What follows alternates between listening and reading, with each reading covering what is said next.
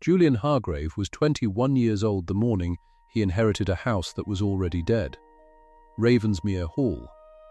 400 years old, 300 rooms, and £14,000 of debt that would take every stone of it in 90 days. He rode up the long gravel drive at dawn, and the rain came down through the roof of his own great hall, and buckets caught it, one by one, in a slow and patient music. On his first morning, the banksman came and nailed a foreclosure notice to the stone pillar of the Rosegate. Julian watched from the window, and only one man crossed the wet grass to that notice. An old gardener. Mute? Bent? He took off his cap to it, the way a soldier takes off his cap at a grave, and he did not look away. Before 11 creditors gathered in that great hall, Julian's own uncle, Mortimer, slid a deed of surrender across the table and said, "Sign, boy, the name is finished. Let the land go to men who can afford it." And the mute old gardener crossed the whole length of that room and pressed a tarnished cavalry signet into Julian's palm and pointed, as he always pointed, at a single crimson rose in a dead winter bed, the one bloom no frost had ever killed. If you've ever been underestimated by someone who should have looked closer, this story is for you. Before we begin, if stories of quiet justice move you the way they move me, subscribe and tell me in the comments what city you're watching from tonight. I read every one. Now let me take you to Shropshire in the autumn of 1874. The carriage came down through Wenlow Ford in the last light of an October afternoon. Julian sat with his hat on his knee and his aunt's letter folded in his coat, and he watched the country change. It was good country, hedgerows going gold at the edges, cattle standing in the wet fields, a church tower grey against a greyer sky. He had never seen any of it before. That was the strange part, and he turned it over and over as the wheels rolled. This was his blood's country. His father had been born in it. His father had ridden these lanes as a boy, and Julian had never once set foot here in all his life. He had been raised by his mother's sister up in the north, in a narrow house that smelled of coal and camphor. His mother had died when he was small. His father had died before that. Killed at Balaclava, they said, in the war against the Russians, in the year 1854. A cavalry officer, Colonel Alistair Hargrave. There was no grave to visit. The men who fell in that charge were mostly not brought home. So Julian had grown up with a father who was only a name, and a portrait he had never seen, and an estate somewhere far to the south that his uncle managed for him until he should come of age. Now he had come of age, and now the estate was calling him down to sign it away. The gates of Ravensmere stood open when the carriage reached them. They stood open, Julian would later understand, because they could not be closed. The iron had rusted into the stone. Weeds grew up through the drive, and on the great stone pillar to the right of the gate, a rose grew. One rose, deep red, almost black at the heart of it, blooming out of season on a bush that should have been bare. Everything around it had died back for the winter, and this one flower burned there in the cold like something that had not been told the rules. An old man knelt beside that rosebed, grey, broad through the shoulders, even bent as he was. He had a pair of shears in one hand, and he was not using them. He was only looking at the flower, the way you might look at a friend you had not seen in years. When the carriage passed, he lifted his head, and Julian, through the glass, met the old man's eyes for one moment. They were not a servant's eyes. Julian did not have the words for that then. He only felt it. A small strange note struck somewhere under his ribs, and then the carriage rolled on and the old man was behind him, and he forgot it. Or he told himself he forgot it. The house rose up out of the trees like a thing surfacing from deep water. It was beautiful. He had not expected that. Long fronts of weathered stone, tall windows, chimneys in rows against the sky. And it was dying. He could see that too, even in the failing light. Ivy had got into the mortar. Slates were missing from the roof in dark patches. One whole wing stood shuttered and blind. It was the most beautiful thing he had ever owned, and it was rotting from the inside out. And he had 90 days. His uncle Mortimer met him on the steps. Mortimer Hargrave was near 60, and he wore his years like a good coat, well cut and expensive. He had a full head of iron grey hair and a face that smiled easily and eyes that did not smile at all. He came down 2 steps with both hands out, and he took Julian's hand in both of his, and he said, "My boy, my dear boy. At last. You have your father's build, do you know that?" The very look of him. And Julian, who had no way to know whether that was true, felt something in his chest go warm and foolish and grateful, because he had wanted, all his life, for someone to tell him he looked like his father. That was the first thing Julian would have to learn about his uncle. Mortimer gave you exactly the thing you were hungry for. And he charged for it later. They went in through a hall 2 stories high. Julian's boots rang on the flags, and the first thing he heard, under the ring of his own steps, was water. That patient dripping. He looked up. High above, where the great beams crossed, the ceiling was stained dark in a long spreading map, and the rain came down in a thin thread, and a bucket sat under it on the stone floor, half full, and the drops fell one at a time. "Drip, and await." "Drip the roof," Mortimer said, and sighed and spread his hands. "One of 1,000 small sorrows. You'll come to know them all." There was a portrait at the head of the hall. It hung above the great cold fireplace, and Julian stopped under it without meaning to. A young man in a scarlet coat, dark hair, a steady level look, and a hand resting on the hilt of a sabre. There was a small brass plate below the frame, but the light was too poor to read it, and Julian did not need to read it. He knew something in the set of the shoulders, something in the eyes. "Your father," Mortimer said softly, coming to stand beside him. "Colonel Alistair Hargrave. Painted the year before he went out to the Crimea. He let that sit a moment. Then he said, 'A fine soldier. A finer man. It broke this house when we lost him. It has never, if I am honest with you, recovered.'" And he put his hand on Julian's shoulder, and Julian looked up at the face of the father he had never met, and felt his throat tighten, and did not see the way his uncle was watching him in the dark glass of the window, weighing him, measuring how soft he was. They dined that night at one end of a table built for 40. 2 candles, thin soup and cold mutton, brought by a single old woman who moved like her feet hurt. And over the meal, Mortimer told Julian how bad it was. He told it gently. He told it with regret in every line of his face. £14,000 owed to the bank at Shrewsbury, Marchbanks and Varden. Debts run up over 20 years, he said, on a failing estate, borrowing against borrowing. The interest eating the principal, the whole thing sliding down and down. And now the bank had called it in. 90 days, he said.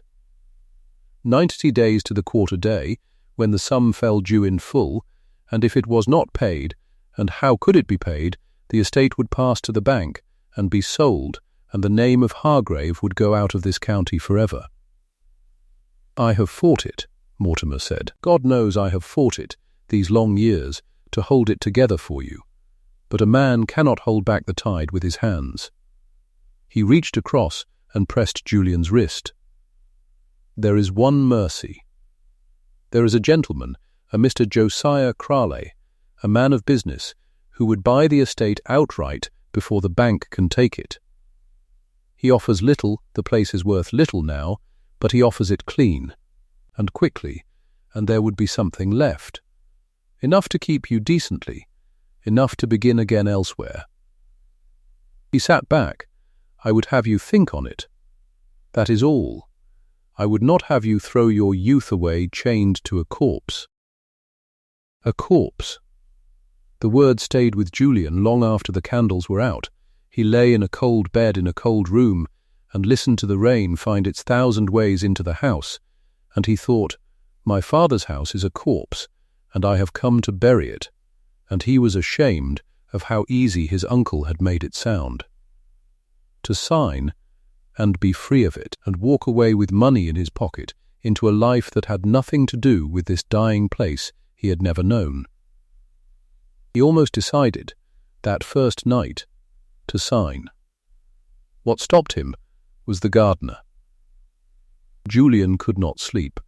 Near dawn he rose and dressed and went down through the silent house and let himself out a side door into the grey wet morning and walked, and he found himself, without deciding to, back at the rose gate where the one red flower burned. And the old man was there, kneeling at the bed, in the cold, with his bare hands in the black earth. He was feeding the ground. That was what he was doing. Julian watched from a little way off. The old man had a barrow beside him, and in the barrow were leaf mould and well-rotted muck and the trimmings of the year, and he was working it in around the roots of the rose with his hands, slow and careful, as if the flower were a sick child and he the only nurse it had. He did not look up, but Julian had the strong sense that the old man knew he was there. "Good morning," Julian said.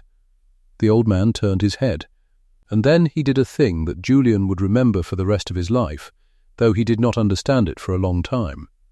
He got to his feet, not the way an old labourer gets up, hauling himself by stages. He rose in one motion, straight, chin level, and he came to a kind of stillness, heels almost together, and for half a breath his right hand twitched at his side, as though it wanted to rise to the brow. Then the moment passed, and he was only an old gardener again, cap in hand, head a little bowed. He did not speak. "They tell me you can't speak," Julian said, gently. "Forgive me." The old man's eyes were pale and very clear, and they went once to the rose. Then back to Julian. "It's a beautiful flower," Julian said, for something to say. "I've never seen the like of it, this late in the year." And the old man smiled, just at the corners of his mouth, and he took, from the pocket of his coat, a stub of chalk and a small piece of slate, the kind a schoolboy might use, and he wrote on it in a slow, square, careful hand, and turned it for Julian to read. "Rosa Gallica officinalis," it said. Julian read it aloud, stumbling on the Latin. The old man's smile widened by the smallest degree. He wiped the slate with his thumb and wrote again. "She does not feel the frost, if she is loved." Julian looked from the words to the old man's face, and back. There was something here that did not fit. A mute old gardener who wrote Latin in a soldier's hand and spoke of a flower as she. But Julian was 21 and full of his own grief and his own decision, and he let it go. He nodded and thanked the man and walked on into the wet fields to think. And the old man watched him go, and only when the boy was well out of sight did he let his shoulders come down and turn back to the earth and the buried thing beneath it that no one living was supposed to know.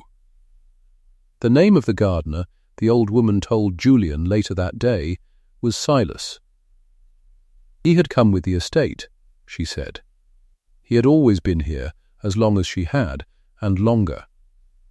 He did not speak, and never had, in her time. He kept himself to his shed and his roses, and his own small plot beyond the kitchen garden, and he troubled no one. A good soul, she said, simple, but good. In the hard winters he feeds half the tenants out of that plot of his, and asks nothing. There's children in the far cottages would have gone hungry more than 1 year, but for old Silas and his potatoes. She shook her head. The Lord looks after them as can't look after themselves. Julian thought of the square, careful Latin on the slate, and said nothing. The tenants, that was the other thing that turned him. In his first days he rode out over the estate with a groom to show him the way, and he saw how it was. The cottages were poor, and the roofs were bad, and the people were poorer still. He was the master, come into his inheritance, and he had nothing to give them and everything to take.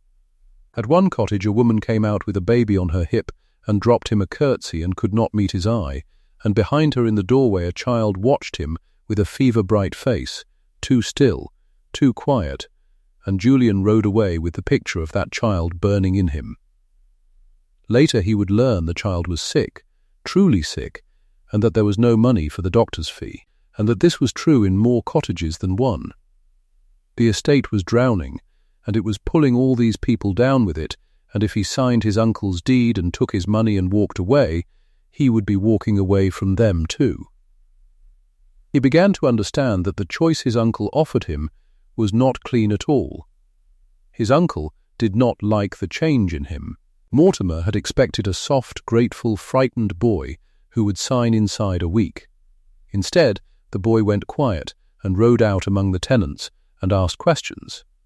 And Mortimer, watching, began to press harder, and the pressing showed the man beneath the coat.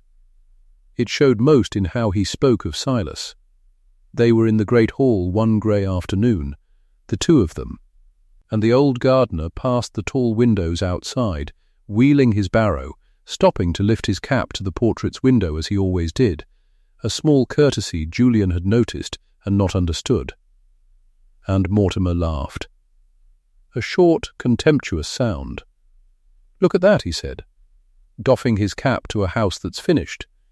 "A mute old fool who talks to flowers." He turned to Julian with a thin smile. "Fitting company, I suppose, for a bankrupt boy. The two of you can tend the weeds together while the bailiffs carry off the doors." Julian felt the insult land, and felt something in him bristle at it, though he could not have said why. "He feeds the tenants," Julian said, "out of his own plot. That's more than the estate has done for them." "He is a servant," Mortimer said, and all the warmth had gone out of his voice, and for one moment Julian saw the real face under it, cold and impatient and hard. "He is a broken old servant who should have been turned off years ago. Charity, boy, that is all he is. A charity we can no longer afford." He straightened his cuffs. "Sentiment is a luxury for rich men. You are not a rich man. Remember that." That night Julian could not settle, and he went down again, out to the shed at the corner of the kitchen garden where the old man kept his things. There was a light in it, a small yellow light, and Julian looked in through the low window before he knocked. Silas sat at a workbench with a single lamp, and along the bench stood little clay pots, rows of them, each with a cutting rooting in the dark soil. Cuttings of the rose. He was propagating it, making more of the one flower that would not die. And on the wall above the bench hung a slate board, a proper one, larger than the little piece he carried, and it was covered edge to edge in that square, careful hand, Latin names, and columns of figures, and small, precise drawings of leaves and thorns. It was the record of a lifetime's work with one plant, and it was, Julian thought, standing in the cold with his breath smoking, the handwriting of an educated man. He knocked. The old man let him in without surprise, as though he had been waiting. Julian did not know why he had come. To apologize, perhaps, for his uncle, to be near the one person on the whole estate who seemed to carry himself with any dignity at all. He sat on an upturned crate, and the old man made him tea over a small spirit stove, and they sat in the lamplight, and Julian talked, because the old man could not, and because a man who cannot answer is easy to talk to. He told Silas everything. The debt, the deed, his uncle's offer, the tenants, the sick child in the far cottage, the way he was pulled in too and could not see the right of it. And the old man listened, truly listened, with those clear, pale eyes fixed on Julian's face, and now and then he wrote a few words on the slate and turned them to the lamp. Once he wrote, "Your father would not have signed." Julian stared at it. "You knew him?" he said. "You knew my father?" The old man's face did something complicated in the lamplight. He wiped the slate. He wrote slowly, "Everyone knew the colonel." And then, before Julian could press it, he wiped that too, and wrote something else, and it was the strangest thing yet, and Julian did not know for a long time what it meant. "The colonel's chest went down with him at sea," the old man wrote. "Nothing of his ever came home." "His chest," Julian said. "You mean his things?" His property? Silas nodded once, and there was something in the nod, some weight that Julian felt without understanding. He filed it away with the Latin and the square hand and the way the man rose to his feet like a soldier. Little pieces of a picture he could not yet see the shape of. The next morning brought the yeomanry. It was market day at Wenlow, and a troop of the county yeomanry rode through the ford and up the lane past Ravensmere's gates, on their way to some review, banner and all. It was a small thing, a dozen part-time horse soldiers, farmers' sons in borrowed dignity, but they came at a trot with their standard streaming, and the hoofbeats brought Julian to the window. And they brought Silas up from the rosebed. Julian saw it all. The old man was on his knees in the dirt when the banner came level with the gate, and he came up out of the earth in that same single motion, straight-backed, and he faced the passing colours, and his right hand rose all the way this time, no twitch, no checking it, rose to the brim of his cap in a salute so crisp, so exact, so wholly of the parade ground that it stopped Julian's breath. He held it while the banner passed. Then he brought the hand down, and the years came back into his body, and he was an old gardener again, kneeling in the mud. He did not know Julian had seen. Or perhaps he did not care. But Julian stood at the window a long time after the last horse had passed, and the strange note under his ribs had become something he could no longer ignore. That afternoon Julian walked the far boundary with Silas on the pretext of learning his own land. They came to the high field at the western edge, a long open sweep of grass falling away toward the river, empty and grey under the low sky, and Silas stopped at the gate of it and looked out across it, and there was such a look on his face that Julian stopped too. The old man took out his slate. He wrote and turned it, and the words were these: "Good ground." The ground we'd have charged. Julian read it twice. "Charged?" he said. Who would have charged? But the old man had already wiped it away and was looking out over the empty field with his pale eyes narrowed, as though he saw, laid over the wet Shropshire grass, some other ground entirely, a valley and guns and horses and men. He stood like that a long while. Then he shook himself and touched his cap to Julian and turned back toward his roses, and Julian followed, saying nothing, understanding nothing, feeling everything. The creditors came on the 9th day. 11 of them, gathered by Mortimer and by Josiah Crail, met in the great hall around the long table under the portrait of the colonel in his scarlet coat. Julian sat at the head of the table because he was told to sit there, and he understood by now that he was not truly the master of this meeting. He was its subject, its business, the thing to be disposed of.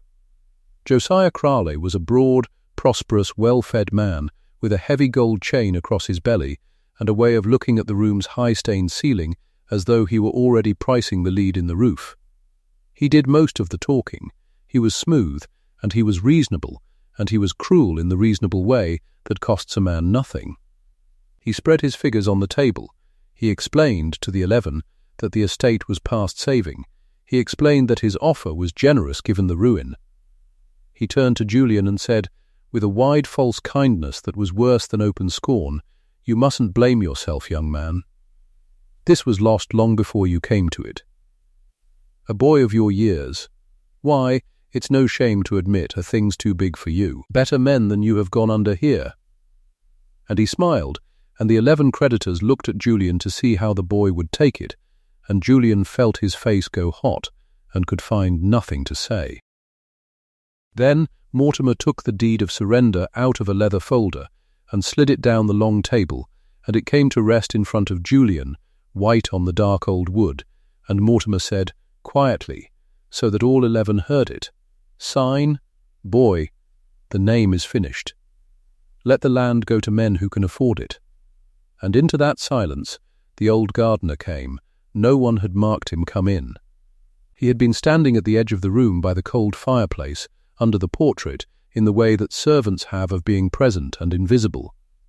But now he crossed the whole length of the great hall, slow and steady, his boots loud on the flags, and every head turned to him. And he came around the table, and he placed himself. That was the only word for it. He placed himself between Josiah Crail and the boy, squarely, deliberately, as a man steps into a gap in a line. Crail drew back, offended. "What is this?" he said. "Get this creature out." "Silas," Mortimer's voice cracked like a whip, "get back to your dirt. You forget yourself." The old man did not move. He stood between the speculator and Julian, and he looked at Mortimer, and there was no fear in his face at all, only a great and level stillness. And that stillness, from a servant in that company, was an insolence that Mortimer could not bear. His face went dark. He came around the table in 3 quick strides, and he struck the old man across the face with the back of his hand, a hard, cracking blow that turned the grey head aside and sent the cap tumbling to the floor. The room went silent. And the old man straightened. He straightened slowly, and he brought his head back level, and a thin line of blood ran from the corner of his mouth, and he did not touch it, and he did not fall, and he did not step back 1 inch from the place he had chosen to stand. His spine came up straight as a drawn sabre, his shoulders squared, and he looked at Mortimer Hargrave with a soldier's eyes, not a servant's, not a simpleton's, but a soldier's, cold and steady and entirely unafraid, and for one terrible moment it was Mortimer who looked away. It lasted only a breath. Then Crail laughed, an ugly, uncomfortable laugh, and the spell broke, and one of the creditors coughed, and Mortimer stepped back and straightened his coat and said something about vermin and impertinence. But Julian had seen it. Julian had seen the whole thing, and he sat there at the head of his father's table, 21 years old, and he had let an old man take a blow that was meant for the honour of his house, and he had done nothing. He had not risen. He had not spoken. He had sat frozen and let it happen. And the shame of it went into him like a nail, and it did not come out again, and it was, in the end, the thing that saved Ravensmere. Because from that moment Julian Hargrave was done being disposed of. He stood up. His legs were not quite steady, but he stood. "This meeting is finished," he said. His voice shook, and he did not care. "Gather your papers, Mr. Crail. I have not sold you anything. I have 90 days by the law, and I mean to have every one of them." He picked up the deed of surrender from the table in front of him, and he did not tear it. Some cold instinct told him not to give them that, but he folded it once and set it back down before his uncle, unsigned. "Take your deed back, uncle. I'll not be needing it." There was uproar. Crail blustered. Mortimer went white with fury, and then, worse, put the warm mask back on and spoke of the boy's overwrought nerves. His grief, his youth, begged the gentleman's patience. But the 11 creditors filed out into the wet afternoon, and the thing was not signed, and Julian stood alone in the great hall under his father's portrait with his heart slamming. And at the edge of the room the old gardener bent and picked up his fallen cap, and put it on, and looked at Julian across the length of that ruined room, and inclined his head. Just barely. A small, grave nod, the way one soldier acknowledges another. Julian went to him that evening, in the shed, and could hardly speak for shame. "I let him strike you," he said. "I sat there, I let him strike you, and I did nothing." The old man shook his head and reached for his slate, but Julian pressed on, the words tumbling out. "Why did you do it? Why did you step in? He'd have taken your teeth out. He's my uncle, and I did nothing, and you don't even know me. Why?" The old man looked at him for a long, long moment, and then he wrote, slowly, and turned the slate to the lamp, and the words were only 4. "I know you well enough. That was the night Eleanor Fenwick came. The blow had opened the old man's lip and bruised his cheek badly, and the housekeeper, worried, had sent word down to the village for the doctor. Dr. Fenwick could not come himself, being out at a lambing sickness in the next parish, but he sent his daughter, who did half his rounds now that his hands shook, a slim, plain-spoken young woman of 20, with dark hair and a quiet competence about her, who came up the lane in the dusk with a lamp and a bag and no fear of the dark or the failing house. Her name was Eleanor. Julian met her at the shed door, and she looked at him once, took his measure in a glance, and went past him to the old man without ceremony. She was gentle with Silas, and he sat still for her, and she cleaned the cut-lip and pressed a cold cloth to the bruise, and she talked to him low and easy the whole while, not the way people talk to a mute simpleton, loud and slow and past him, but the way you talk to a person, expecting to be understood. And she was understood. Julian saw the old man's eyes follow her face, saw the small courtesies pass between them. This girl had been kind to the gardener long before tonight, Julian understood. Long before anyone had reason to be. She had been kind to him when he was only old Silas who talked to flowers, and that told Julian something about her that he would not forget. She turned the old man's head to the lamp to see the bruise better, and she went very still. Julian, she said, she had not called him Mr. Hargrave once, and he found he did not mind. Bring the light closer. He brought it. She had turned the old man's collar down, and there, low on the side of his throat, running under the grey stubble and the old brown skin, was a scar, a long, clean, straight scar, silvered with years. Not a farmer's scar, not a thorn tear or a scythe slip or the mark of a fall. A single, deliberate line drawn by a blade. "That's a sabre cut," Eleanor said quietly. She was a doctor's daughter. She had seen her father's old soldier patients. She knew the marks that different weapons leave. An old one. 20 years old, more. She looked up at Julian across the lamp, and her eyes were troubled and bright. A cut like that, in that place, a hand's breadth higher, and it takes the great vessel. He should have died of it. Someone dressed this wound well, and quickly on the field. "This is a cavalry wound, Julian." She looked at the old man's still, patient face. "A wound no farmer earns. No labouring man in Shropshire ever came by a mark like this behind a plough. Where did an old mute gardener get a sabre scar across his throat?" And the old man sat there in the lamplight, between the boy and the girl, with the clay pots of roses ranked behind him, and the slate on the wall covered in his square, educated hand, and he said nothing. He only looked at Julian, and in his pale, clear eyes there was something that might almost have been the beginning of a very long-held breath, at last being let go. Julian did not sleep that night either. He lay awake with the pieces turning and turning. The Latin, the salute, the soldier's spine that would not fall, the empty field that was ground to charge over, the chest that went down at sea, the sabre scar a farmer could not earn, and under all of it, the 4 words on the slate. "I know you well enough." He rose before dawn, dressed in the dark, and went down into the sleeping house, driven by a thing he could not name, and he found the old man already awake, already dressed, standing at the foot of the great stair, with a lit lantern in his hand, as though he had been waiting. Silas held up the lantern, and he beckoned. Follow, he led Julian not out to the gardens, but deeper into the house, into the old shuttered wing, the dead wing, where Julian had not yet been. Down a long gallery hung with more portraits, gone black with damp.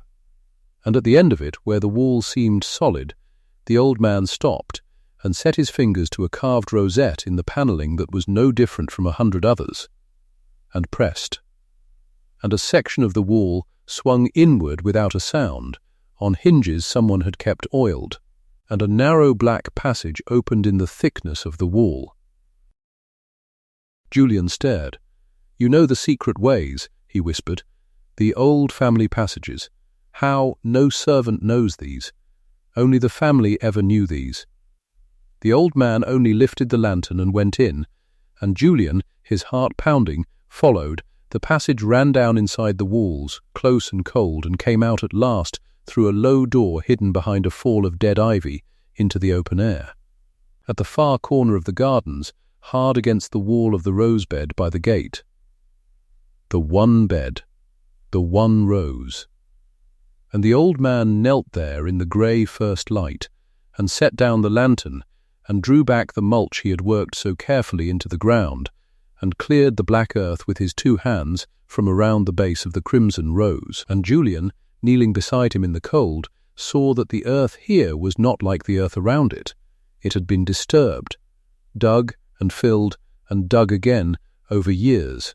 The great rose had been planted here, and grafted and tended, and made to bloom out of all season over one particular patch of ground, over something buried. The old man stopped with his hands in the earth and looked at Julian. And Julian looked back, and the last of the boy's ignorance was falling away from him even as the light came up over the wet Shropshire fields, and he heard himself say, in a voice he did not recognize, "What did you bury here?" The chalkboard dried on the shelf. Julian carried its 3 words home in his head. Old men heal slowly. He did not sleep. He lay in the great cold bedroom under a ceiling that leaked, and he listened to the buckets fill, and he turned the tarnished signet over and over in the dark until his thumb knew every worn edge of it. He did not know yet what he held, but he had begun to know that he held something. 3 nights later, they came for him. He heard the horses first, not the polite arrival of a caller, the hard walk of men who wanted to be heard coming. He went down in his shirt with a candle, and Mortimer's warm face was nowhere in the house, and that told him more than anything. There were 4 of them at the door.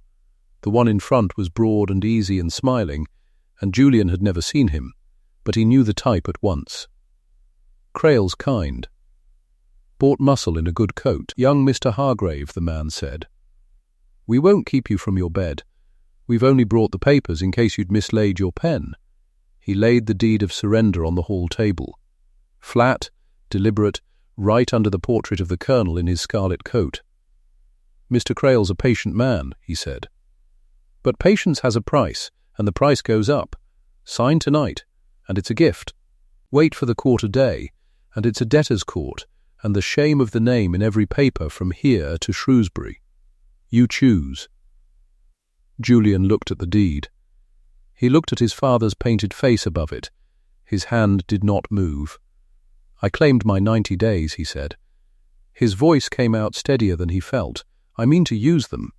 Take your paper and go. The smiling man stopped smiling.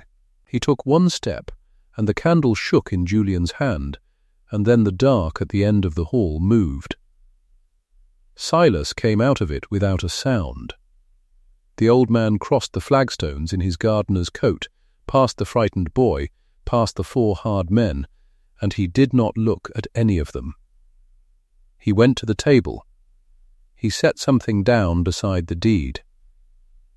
2 things. The tarnished signet ring. Julian's hand flew to his own pocket and found it empty. The old man had taken it back, or he'd had its twin all along, and beside it a slip of paper, yellow and folded soft with age. Then Silas turned. He looked at the 4 men. And he did nothing at all but look. There is a way a soldier stands. Julian had seen it only in the portrait until that night. The old man stood it now. Feet planted. Chin level. Hands loose and ready at his sides. 68 years old in a labourer's coat, and the 4 men in the doorway went quiet as though a colder wind had come in off the hills. Old fool, the smiling man said. But he said it softly. Silas took the lantern from its hook by the door. He lit it from Julian's candle, and he walked out into the rain, past all of them, out to the rose gate, and he knelt down in the dead winter bed beneath the one crimson bloom, and he began, with his bare hands, to dig. Julian followed. He could not have stayed if the house had burned. The rain came down cold and steady, and the lantern hissed, and the old man's hands went into the black earth around the roots of that impossible rose, and pulled, and the crimson flower with its whole grafted stem lifted clean away in a single mat of root, cut loose long ago, to lift like a lid. Under it, 1/2 foot down, something showed. Iron, wet iron, and a curved handle, and a great seal stamped into a plate of tarnished brass. A box. A strong box, buried in the rose bed, and the rose planted over it like a marker only its maker would ever read. The 4 men had come out into the yard. They stood at the edge of the lantern light, and none of them spoke. The smiling one looked at the box, and at the old man kneeling over it, with mud to his elbows, and something crossed his face that was very close to fear. "That's a state matter," he said, but his voice had lost its edge. "I'll want Mr. Crail to hear of this." "Then go and tell him," Julian said. They went, they mounted and they rode, and the sound of the horses died down the lane, and Julian stood in the rain beside the kneeling old man, and looked at the box and looked at the signet ring gleaming on the wet table through the open door, and at last he asked the question he had been afraid to ask for a week. "Who are you?" Silas did not answer.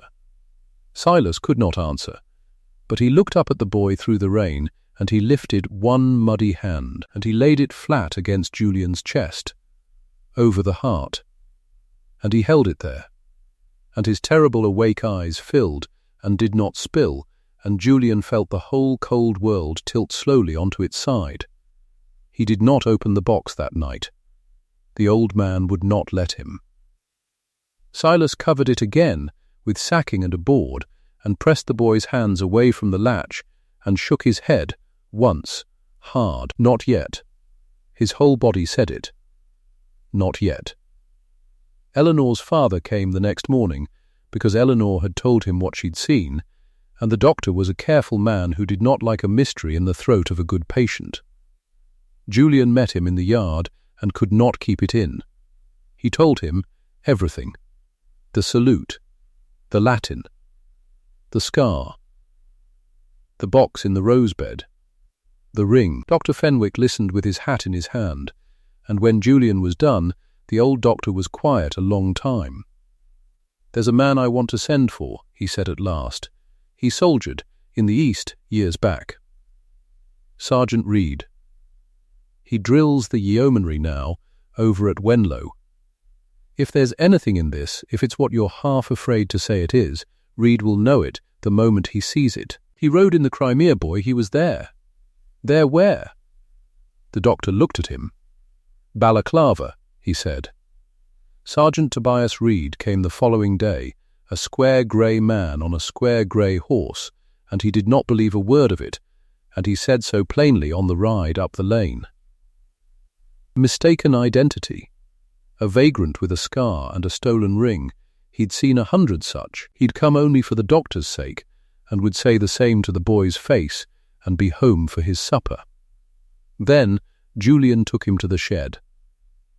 Silas was at the bench potting a cutting, the small clay pots in a row, Rosa Gallica officinalis on the chalkboard behind him in that fine, strong hand.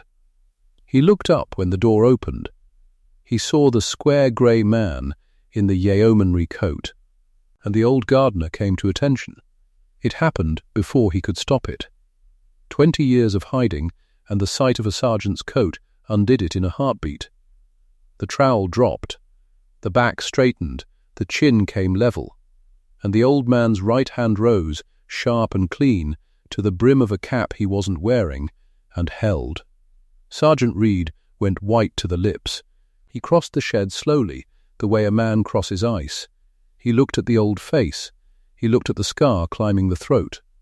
He reached out, not asking, and turned the old man's right hand over in his own, and looked at the tarnished signet on the third finger, and read the worn crest, and his own hand began to shake. "I dressed this wound," Reed said. His voice had gone to a whisper. "On the field, under the guns. I held this man's head in my lap, and I was certain, I was told, I saw them carry." He stopped. He could not go on. He put his hand to his mouth like a boy. "Sergeant," Julian said. "For God's sake, say it." Reed straightened. He came to attention himself, this hard square man of 60, and he saluted the old gardener in the mud-floored shed as though the king had walked in. "That's the colonel's ring," he said. "That's the colonel's hand. That's the wound I bound at Balaclava with my own 2 hands, 20 years gone." His eyes were wet and fixed and certain. "This is Colonel Alistair Hargrave," and they told the whole county he was dead. The shed was very quiet. Rain on the roof, the small pots in their row. Julian looked at the old man he had thought a simpleton, the old man who had taken a blow meant for him, who had fed the tenants from his own plot through the lean winters, who tended, year on year, unthanked, invisible, a bed of roses no one valued over a buried iron box. Under his own son's window, waiting, "Father," Julian said. The word came out broken. "You're my father." And the old soldier, who had not wept when the sabre opened his throat, who had not fallen when his brother struck him, put his weathered hands over his face and wept without a sound. They should have moved faster. They knew it after, but there was the box to raise and the papers within to read, and Reed said the muster rolls must be fetched from Wenlow to prove the seal, and the doctor said the colonel was not strong enough to be moved or questioned hard, and in the day and the night they took to be careful, Mortimer moved first. He had heard. Of course he had heard. Crail's smiling man had ridden straight to him from the Rosegate, and Mortimer Hargrave, who had never in his life confirmed the body of the brother he had buried, understood in one cold instant exactly what had come up out of the ground. He did the only thing a drowning man can do. He reached for the throat that could name him. The parish constable came at dawn with a warrant sworn out by Mortimer as steward of the estate. A vagrant, the paper said, an old mute beggar of no fixed name, squatting on Hargrave land, digging up Hargrave ground, thieving from a Hargrave gate, to be taken up and held until the quarter-day settlement, when the estate and all upon it passed to lawful sale. They took Silas from the shed. Julian fought them, and was held back by 2 men. The old colonel did not fight. He looked at his son, and shook his head once, "Be still," and let them lead him out. But at the door he stopped. He turned, and with the constable's hand on his arm, he looked back at the strong-box under its board in the corner of the shed, and then at Julian. And his eyes said one thing so plainly that no chalk was needed: guard it. They impounded the box that same hour. Mortimer's men carried it up to the great hall and set it on the long table as estate property, to be inventoried at settlement, and they set a man to watch it, and Mortimer smiled his warm smile at Julian across the flagstones, and said, "You've had a hard week, nephew. Old servants and old stories. Best you rest before the quarter day. It's the day after tomorrow, you know. Time does run. The quarter day. 90 days. Gone down to this." Julian had a ring in his pocket and a father in a cell, and an iron box he could not open on a table he could not reach, and a house full of his enemy's men, and 1 day left. He did not rest. He rode through the night to Wenlow, and he and Sergeant Reed broke into the drill hall by lantern and took down the regimental muster book from its high shelf, the great ledger of the men who had ridden east in '54. And there, in the copperplate of 20 years before, under the roll of officers, Reed set his blunt finger on a line: Hargrave, A, Colonel, and beside it the wax impression of the regimental seal, pressed small into the margin as the paymaster's mark. The same curved crest, the same brass die. The seal on the box was the seal in the book, and the seal in the book was the crest on the ring, and the crest on the ring was the face in the portrait in the great hall of Ravensmere. "They'll want to see it themselves," Reed said grimly, closing the great book over his arm. "Magistrate, creditors, the whole grasping lot. Well, let them." "The quarter day," you said. "Then the quarter day it is. We'll bring the truth to their own table and lay it down where they can't look away." The great hall of Ravensmere had gathered them all before to strip the name. It gathered them again to see it fall, or so they thought. The 11 creditors in their black coats. Josiah Crail in the best chair, thumbs in his waistcoat, a man come to collect. The parish magistrate, Sir Henry Aldous, stout and bored, and there only because the sums were large. The tenants at the back, caps in hands, come to watch the roof come off their world. Mortimer at the head of the table with the deed of surrender squared before him, and a pen laid across it like a little sword. And the iron strong-box in the middle of it all, sealed, watched, waiting, they brought the prisoner in last. They had not the decency to leave him in his cell. Mortimer wanted him there, the ragged old vagrant, hands bound, to shame the boy into signing. They stood the colonel against the wall by the door, among the tenants, on the gardener's own 3-legged stool that someone had fetched in for a jest. The master of Ravensmere sat on a gardener's stool at the edge of his own great hall, bound, and no one in that room but 3 knew it. "Well, nephew," said Mortimer, "the hour's come. Sign, and go with a clean name. Refuse, and these gentlemen will have the law strip you bare before them all." "Which is it?" Julian stood. "Before I answer," he said, and his voice carried further than he'd known it could, "I'd ask the magistrate one thing. That box on the table. It's called estate property. I say it's evidence, and that no man here should sign or seize a thing until it's opened in this room, in front of every witness. If I'm wrong, I've lost 5 minutes. If I'm right," he looked at Mortimer, "then some of you have lost a great deal more. It's locked," snapped Mortimer. "There's no key. It's an old strong-box, dug up by a lunatic. It's nothing."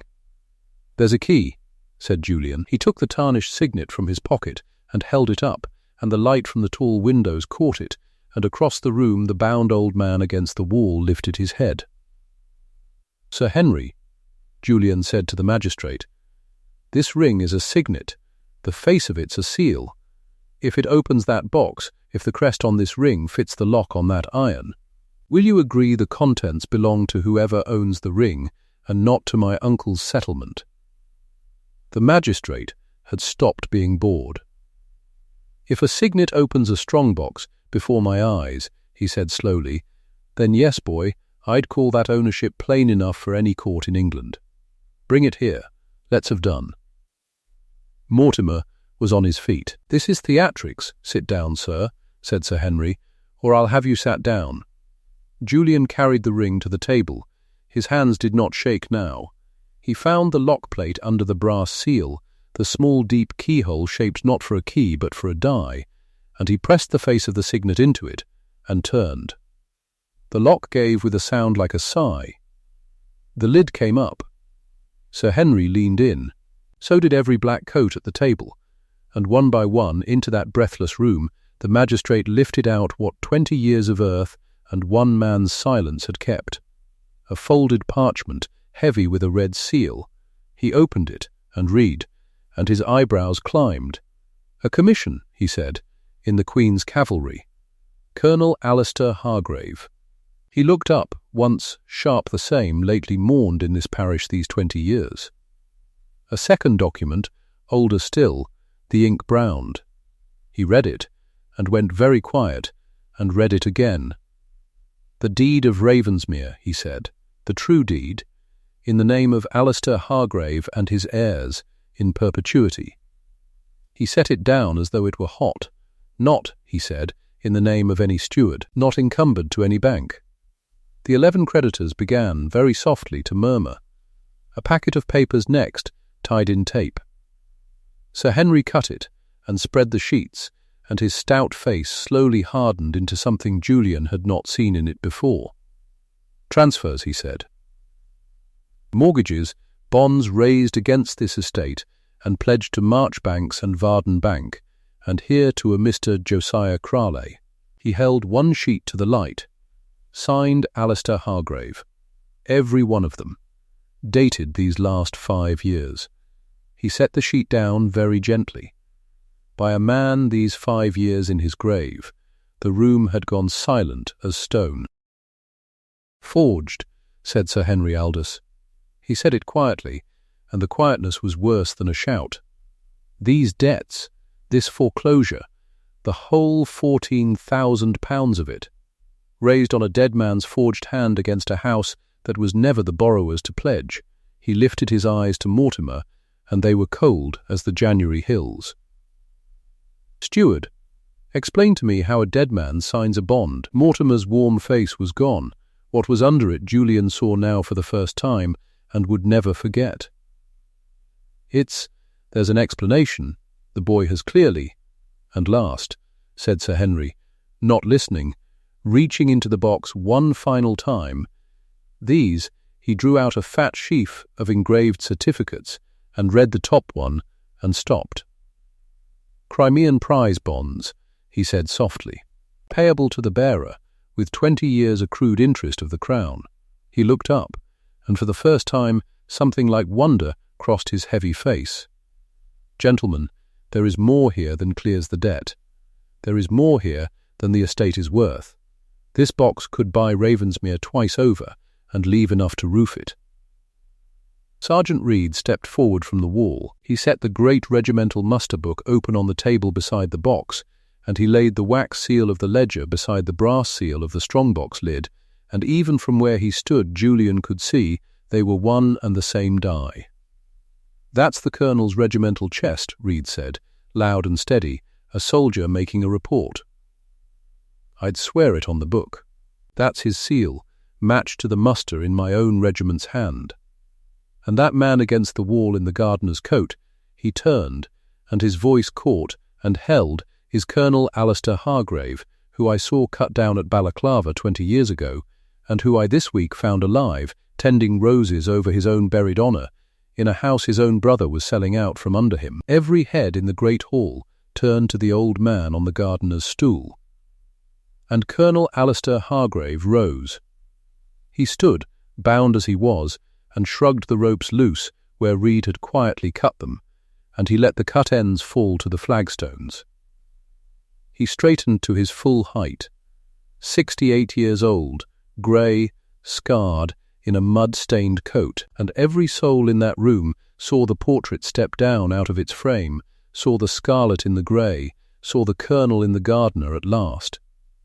He walked the length of his own great hall, unhurried, past the black coats, past the staring magistrate, to the head of the table where his brother stood frozen with a forger's pen still in his hand, and for the first time in 20 years Alistair Hargrave used his voice. It was rough, rusted, barely more than a whisper worn thin from disuse. But the room was so silent that it filled every corner of it. "You buried a soldier, brother," the Colonel said. "You should have made certain he was dead." Mortimer's mouth worked. No sound came. Then the room broke. Sir Henry Aldous came to his feet, and his chair went over behind him, and he did not stoop to it. "Colonel Hargrave," he said, and to Julian's amazement the stout magistrate inclined his head a bow, "the whole authority of the county bending.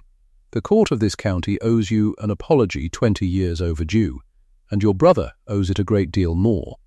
The creditors were rising now too, all 11, and the black dignity had gone out of them, and they were only frightened men who had come to feast on forged paper and found the corpse alive at the table. "We acted in good faith," one blurted. "We'd the bank's word, Marchbanks and Varden vouched every note." "As did I," cried another. I'd not have touched it, had I known." They fell over one another to unsay it, to be the first to recant, and Sir Henry let them babble and then cut them off with one flat hand. "You'll have your capital returned from the bonds, in good coin, and count yourselves fortunate to be witnesses and not defendants," he said. "The foreclosure is void. There is no debt. There was never lawfully any debt. Let the record show it." Crail had not risen. Crail sat very still in the best chair with his thumbs no longer in his waistcoat, calculating, and Julian watched the speculator understand that there was nothing left to buy. "My contract," Crail began, "was made in."